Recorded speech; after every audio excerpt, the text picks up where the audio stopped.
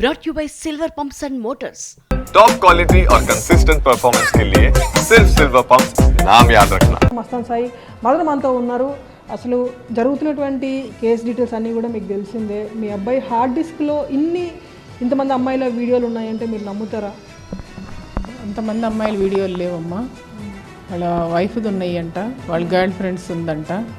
అంత మట్టుకే అవి కూడా వాళ్ళు ఇష్ట ప్రకారం తీసుకున్నారంట వీడియోలో, ఫోటోలు అంత అవి.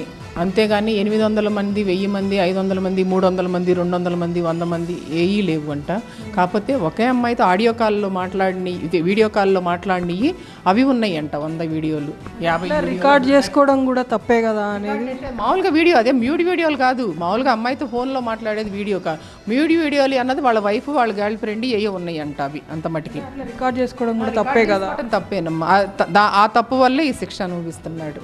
వాడు అనుభవించేది కాక మేము అనుభవిస్తున్నాం. అది ఎప్పుడో వాడు తీసుకుని ఆ ఫోన్లో అట్లా ఉండిపోయి అవి ఇప్పుడు మేము అనుభవిస్తున్నాం. ఎట్లా పరిచయం మస్తాన్ సాయికి, లావణ్యకి ఇద్దరికి? ఏమంటే వీడు అప్పటికి తెలియదు, ఫస్ట్లో తెలియదు. తర్వాత మా అబ్బాయి ఇల్లు తీసుకొని ఇక్కడ ఉంటున్నాడు 2022లో.